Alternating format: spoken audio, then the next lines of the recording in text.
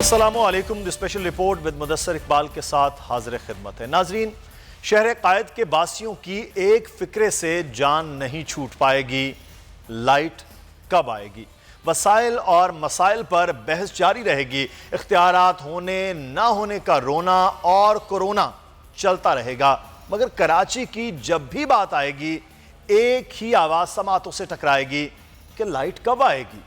हम कागज़ों में तरक्की के सफ़र पर चलते रहेंगे, हुक्मरान बदलते रहेंगे, अवाम हाथ मलते रहेंगे और कराची की हर बस्ती यही कहती मर जाएगी कि लाइट कब आएगी। अवाम शदीद गर्मी से बिलबिला रहे हैं। अरबाब इख्तियार खुद एहतजाज करते नजर आ रहे हैं। बिजली आ नहीं रही, नर्ख बढ़ते जा रहे हैं। हुकूमत फिर भी कोई तहकीकाती कमेटी बनाएगी, पर सवाल यह है कि लाइट कब आएगी।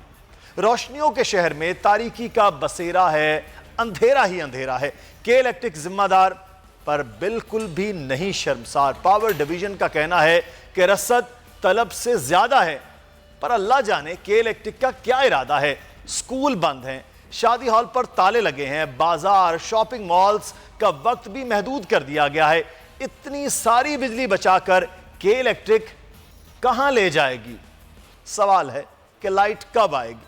वजीर तवानाई ने गुज़िश्ता हुकूमतों पर तनकीद का तेल छिड़क कर ट्वीट की शम्मा रोशन कर दी, मगर सिर्फ ये ट्वीट कराची के जख्मों पर मरहम नहीं रख पाएगी।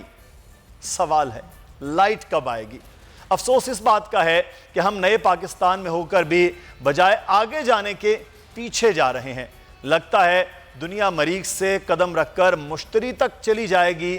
हमारी कौम फिर भी यही चिल्लाएगी कि लाइट कब आएगी। कराची वालों का सवाल कि के इलेक्ट्रिक जो इस वक्त सबसे ज्यादा मुनाफा कमाने वाला इदारा है, लाइट नजर नहीं आ रही। के इलेक्ट्रिक के खिलाफ इस वक्त धरने दिए जा रहे हैं।